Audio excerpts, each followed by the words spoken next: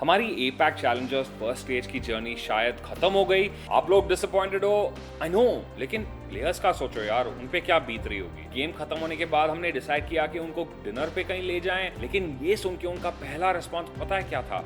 कि वो गेम को रिव्यू करेंगे। करते हैं इसके बारे में बात। इसके साथ साथ बीजीएमआई की सारी टीम्स तैयारी कर रहे हैं बैटलग्राउंड्स मोबाइल ओपन चैलेंज के लिए, और हमारे सामने अनफोल्ड हो रहा है इंडियन ई स्पोर्ट्स का एक नया चैप्टर। तो एपिसोड को शुरू करते हैं। मैं हूं राहुल इंतुजा, आप देख रहे हो esports this week powered by global e sports.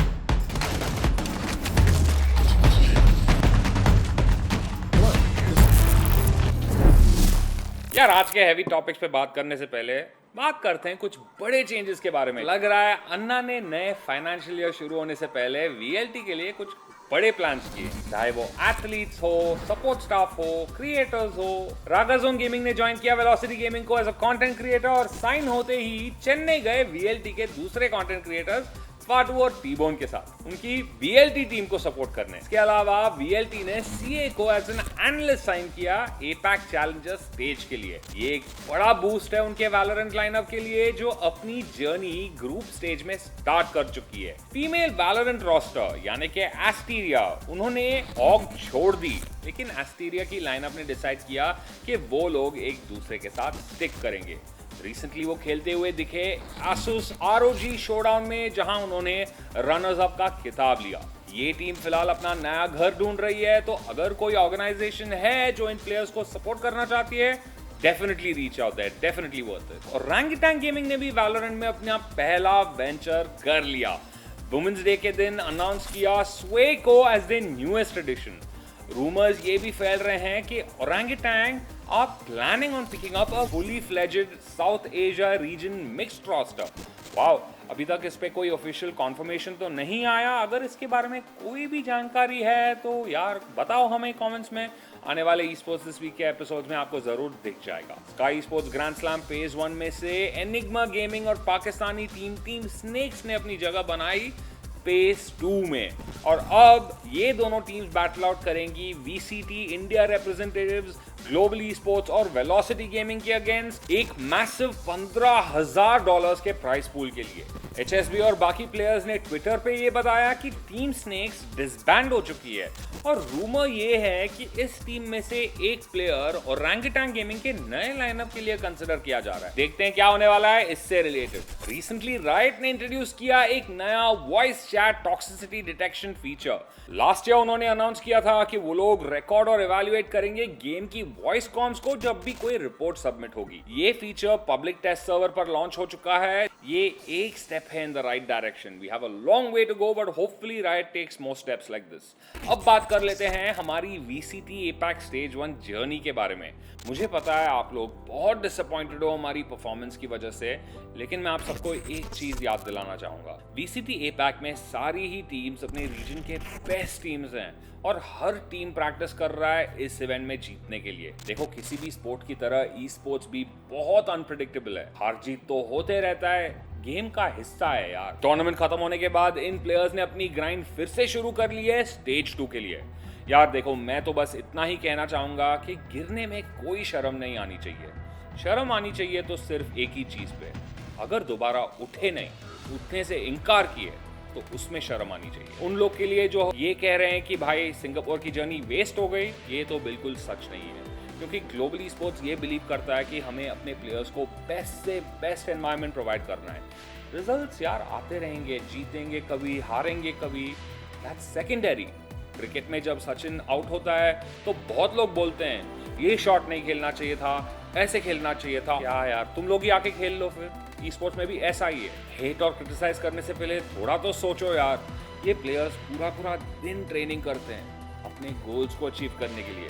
उनको खुद को कितना बुरा लगता होगा वो तो सोचो। मैं यही विश्वास रखता हूँ कि हमारी टीम एक स्ट्रॉन्गर कमबैक दिखाएगी स्टेज 2 के लिए। 2022 के सेकेंड क्वार्टर में शुरू होगा, जस्ट वेट इट आउट। लेकिन उससे पहले अभी टाइम है हमारी दूसरी इंडियन टीम को सपोर्ट करने का, जो अभी भी इस इवेंट में खेल रही है। ओपनिंग गेम में वेलोसिटी गेमिंग ने ओब्लिवियन फोर्स को हरा दिया और अब बस एक स्टेप दूर है नॉकआउट स्टेज में अपनी जगह पक्की करने के लिए। अभी ये ऑर्गेनाइजेशन की बात नहीं है बल्कि देश की बात हो रही है। आप लोगों का तो नहीं पता लेकिन मैं तो चैट में जरूर हूंगा वेलोसिटी गेमिंग को सपोर्ट करने के लिए। VLT fighting. अब टाइम आ चुका है इंडिया के फेवरेट पास टाइम BGMI के बारे में बात करने का। सारे टीम्स एक एक्सप्लोसिव सीजन के लिए प्रिपेयर कर रहे हैं। क्राफ्टन ने already Battlegrounds mobile open challenge का फॉर्मेट अनाउंस किया, but more on that later. Let's take a look at the recent roster changes. Skylights ने फाइनली अपना SGX न्यू प्लेयर उसको अनाउंस कर दिया and the rumours are true. वो वैक्सी ही थे। वेलोसिटी गेमिंग ने अपने BGMI लाइनअप से आतंकी और दलजीत को रिलीज कर दिया और दलजीत दिख रहे हैं टीम फॉरएवर के साथ एंड आतंकी फिलहाल तो खेल रहे हैं OR esports की टीम के साथ। यार Kratos is still in VLT। देखते हैं इसके रिलेटेड आगे क्या अनाउंसमेंट आती है। जेमिनी स्पोर्ट्स ने जस्टिन को अपने BGMI टीम में लिया और टीम एक्सपार्क में जायरो गॉड और 420 OP अब जगह बना लेते हैं। घातक भाई ने भी अपने इंस्टाग्राम पर स्टोरी डाला जिसमें उन्होंने कहा कि मार्च के महीने में बहुत सारे अनाउंसमेंट्स आने वाले हैं। Looking forward to what's next for them. On the platform front loco और रूटर दोनों ने एक नई राउंड ऑफ फंडिंग हासिल की। लोको ने रेस किए पूरे $42 मिलियन और रूटर ने रेस किए $25 मिलियन अपने प्लेटफॉर्म के ग्रोथ के लिए। वैसे रूटर ने स्काई स्पोर्ट्स के साथ एक एक्सक्लूसिव पार्टनरशिप भी अनाउंस की जिससे स्काई स्पोर्ट्स के सारे टूर्नामेंट्स अब सिर्फ रूटर पे ही स्ट्रीम होंगे। Congratulations to both Rooter and Sky Sports. Sky Sports pro league का सेमीफाइनल कंक्लूड हो चुका है और टॉप 16 टीम्स के साथ ग्रैंड फाइनल्स की जर्नी ऑलरेडी स्टार्ट हो चुकी है। अब थ्रस्ट स्पोर्ट्स का इंडिया राइजिंग सीरीज 2022 भी जोरों शोरों से चल रहा है एंड सेमीफाइनल्स का सफर अभी चल रहा है और डे 5 के बाद टॉप 3 पर है भाई टीम एक्सो, सेल्सियस स्पोर्ट्स और हमारी team global sports. Grand finals का स्लॉट बुक कर चुके हैं टॉप 18 टीम्स इन 27 टीम्स में से। अब ये टीम्स खेलेंगी 25 मैचेस पूरे 15 लाख के बड़े प्राइस पूल के लिए। Fan favourite team soul and newly made team XSpark अपनी जगह टॉप 18 में नहीं बनाए पाए। लेकिन किल लीडरबोर्ड की बात की जाए तो ग्लोबल स्पोर्ट्स के दोनों प्लेयर्स नकुल और जोकर ने अपनी जगह बना ली है 43 और 40 किल्स लेकर। भाई ऑसम। ग्लोबल स्पोर्ट्स सेमीफाइनल्स में सेकंड पोजीशन पर एंड किया 123 टोटल किल्स के साथ जिसमें से 83 किल्स तो इन प्लेयर्स के थे। मेरे को तो पूरा भरोसा है यार इस टीम पर। इसके साथ साथ इंडिया का सबसे बड़ा स्पोर्ट्स ब्रॉल भी आ रहा है। जी हाँ, फाइट नाइट। टीम्स लॉक हो चुके हैं और ये इवेंट लाइव जाएगा 20, 22 और 23 मार्च को। अब बात करते हैं बैटलग्राउंड्स मोबाइल ओपन चैलेंज के बारे में।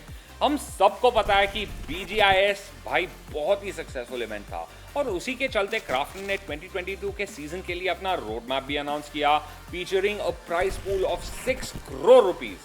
बैटलग्राउंड्स मोबाइल ओपन चैलेंज के बारे में भाई बहुत सारा इंफॉर्मेशन अनाउंस हुआ है। ये एक ओपन टूर्नामेंट है और इसकी रजिस्ट्रेशन ऑलरेडी स्टार्ट हो चुका है। ये इवेंट चलेगा 27 मार्च तक और अब टीम्स 4 प्लेयर्स नहीं 6 प्लेयर्स के साथ रजिस्टर करेंगे। टॉप 32 टीम्स को मिलेगा बैटलग्राउंड्स मोबाइल प्रो सीजन 1 का स्लॉट। BMPS सीजन 1 के विनर को मिलेगा 75 लाख INR का प्राइज मनी। भाई ग्लोबल चैंपियनशिप में कितने स्लॉट्स मिल रहे हैं इंडिया को वो तो नहीं पता, लेकिन इतना तो पक्का है कि BMPS की टॉप टीम्स ग्लोबल चैंपियनशिप में इंडिया को रिप्रेजेंट जरूर करेंगी। अगर इसके बारे में और खबर चाहिए तो you know what to do, channel को सब्सक्राइब करो। आने वाले एपिसोड में सब बात करेंगे। फ्री फायर कम्युनिटी में एक के बाद एक चीजें चल रहा है।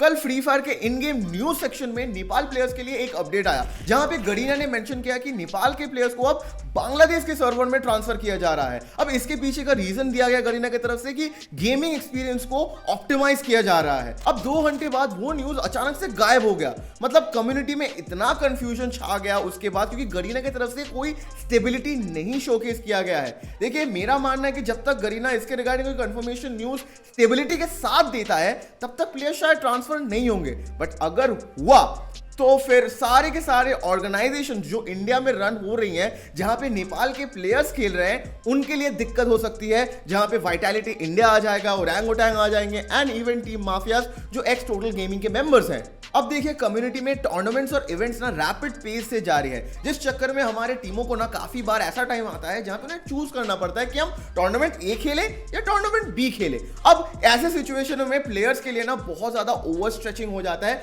जहां पे उन्हें मेंटल फटीग से गुजरना पड़ता है एंड उन्हें रेस्ट नहीं मिलता है। हमारे कम्युनिटी के एक एक्टिव मेंबर हैं रॉली, जो काफी सारे कंटेंट क्रिएटर को मैनेज करते हैं। उन्होंने एक इनिशिएटिव लिया है कि मंडेज को अब से कोई भी ई स्पोर्ट्स टीम टूर्नामेंट या फिर इवेंट में पार्टिसिपेट नहीं करेगा एंड उन्होंने एक और रिक्वेस्ट भी किया है टूर्नामेंट ऑर्गेनाइजर्स को अपफ्रंट आके कि मंडे से कोई टूर्नामेंट ऑर्गेनाइज ना किया जाए ताकि प्लेयर्स को थोड़ा रेस्ट मिल सके। वैसे इस हफ्ते विलेजर ई स्पोर्ट्स का शोडाउन खत्म हुआ, जहां पे गॉड लाइक ई स्पोर्ट्स ने जीत हासिल किया along with TSM and revenant e sports, जिन्होंने सेकंड और थर्ड पोजीशन हासिल किया। इसके अलावा इस हफ्ते फ्री फायर इंडिया चैंपियनशिप से रिलेटेड गरीना के मेन चैनल पर एक अनलिस्टेड स्ट्रीम का स्क्रीनशॉट बहुत ज्यादा हाईलाइट हुआ, जहां पे मेंशन था कि 25 मार्च 4:30 बजे से फ्री फायर इंडिया चैंपियनशिप का क्लोज क्वालिफायर लाइव जाने वाला है। बट इसके ऊपर कोई भी कंफर्मिंग न्यूज या फिर स्टेटमेंट नहीं दिया गया है गरीना की तरफ से, जिसका मतलब हम इस पे विश्वास नहीं कर सकते हैं। मैं आप लोगों को एक ही चीज सजेस्ट करना चाहूंगा कि आप लोग खुद पहले रिसर्च कर लो, उसके बाद विश्वास करो, या फिर आप रेगुलरली हर हफ्ते हमारे चैनल पे आ सकते हो, जहां पे हम टाइम टू टाइम आपको अपडेट देते रहेंगे।